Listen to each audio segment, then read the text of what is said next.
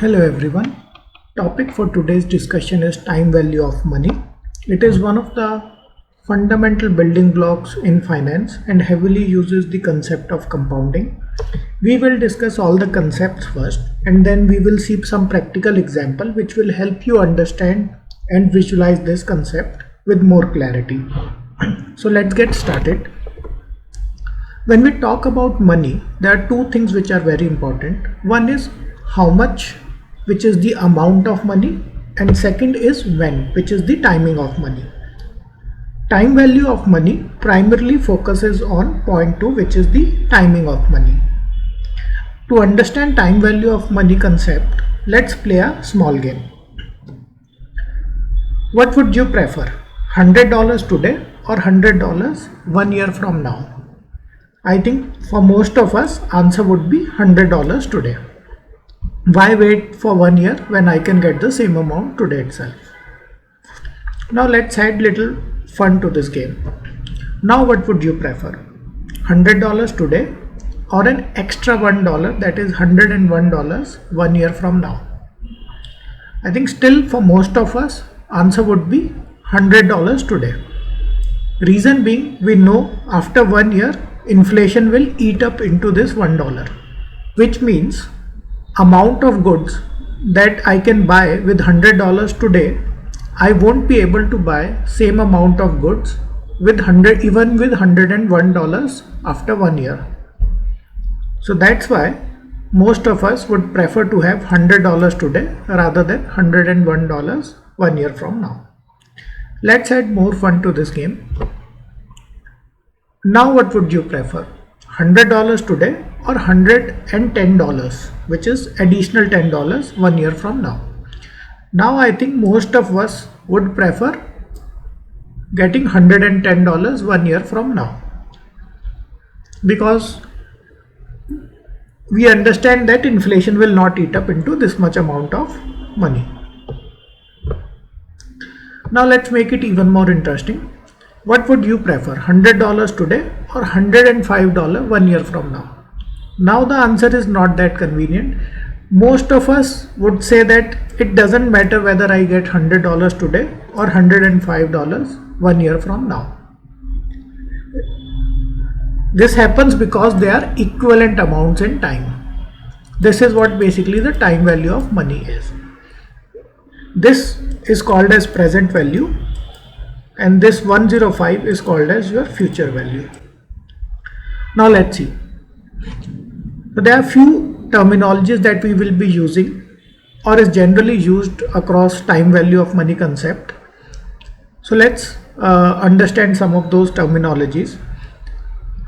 $100 today is $105 in 1 year. That's what we have established in last slide.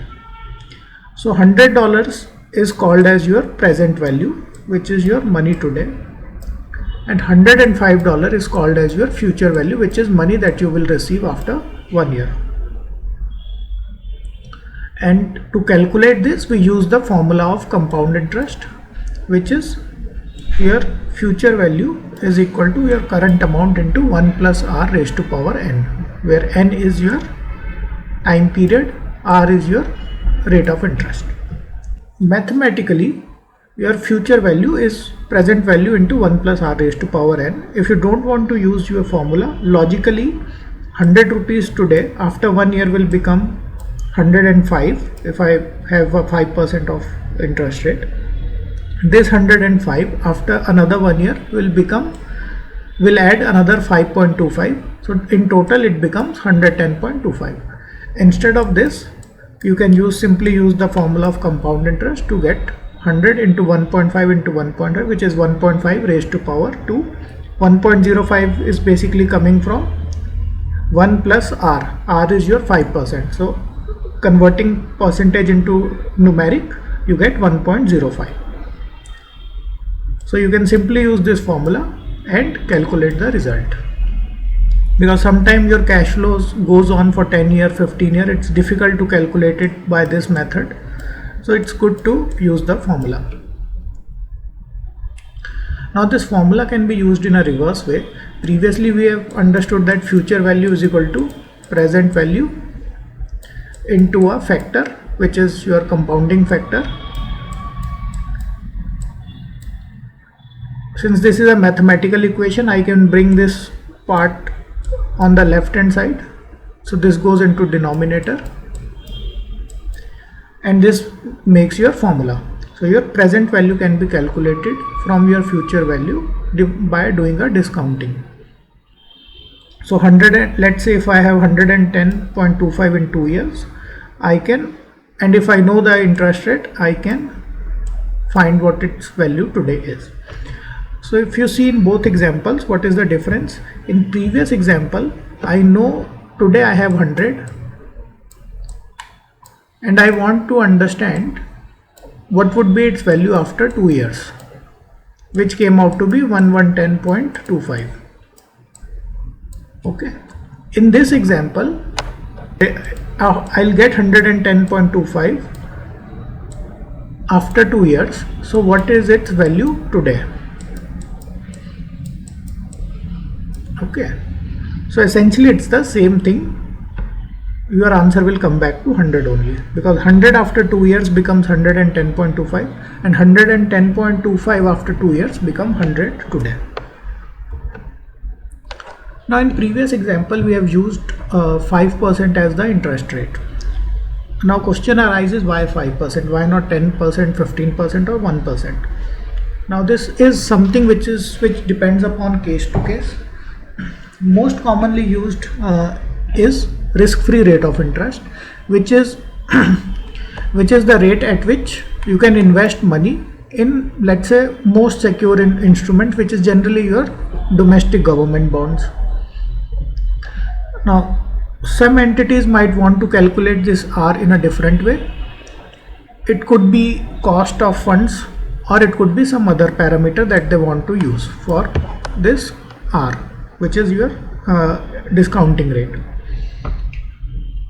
Now when we do the practical example, which is just after this slide, you'll have much more clarity. So now let's consider one of the most common practical application of time value of money. Consider a construction company that is evaluating whether to take up a project to build a road or not. This project will take 2 years to complete, and cost of construction is 1000 in year 1 and 1000 in year 2.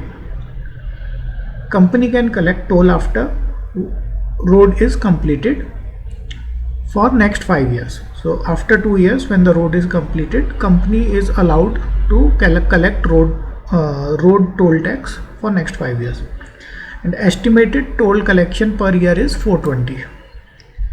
Now company can raise fund at 5%. Company will need 2000 to build this road, that can be raised at 5%, and company shareholders expect a return of 10% because company's current ROCE is 10%, which is return on capital employed.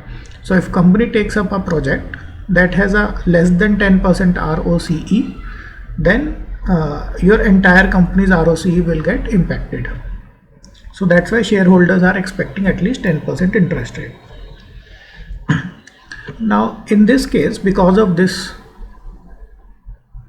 scenario, your discounting rate would be 10% because that is the expectation. This is what company is able to generate on its current project, so that's what it is expecting from the new project also.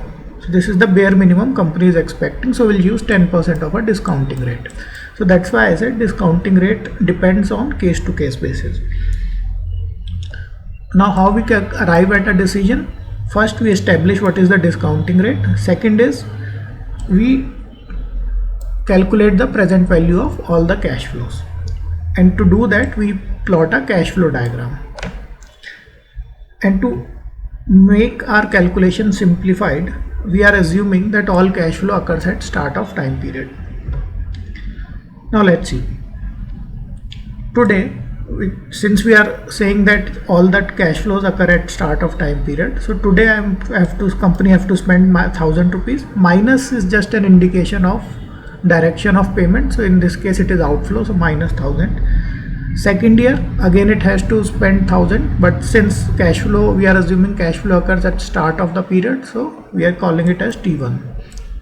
And similarly, once the road is completed, there is no cash outflow, there is only cash inflow as per our example. So it gets 420 per year for next 5 years. So this is what is called as cash flow diagram. Based on this cash flow diagram, what we can do is we can simply calculate the present value as per the formulas that we have learned in previous slides. So today value of minus 1000 or rather 1000 outflow today is 1000 only. There is no discounting. Means if I have 1000 today, its value today is 1000.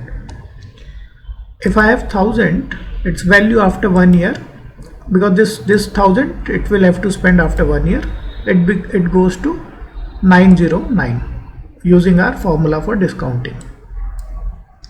Then from year 3, but since we are assuming all the cash flow occurs at start of the year, so 2 year and 1 day, let's say 2 year and 1 day. So since 2 year and 1 day is almost like 2 years, so from second year, third year, fourth year, fifth and sixth year, company receives 420, and in similar way you can calculate the present value of all these cash flows.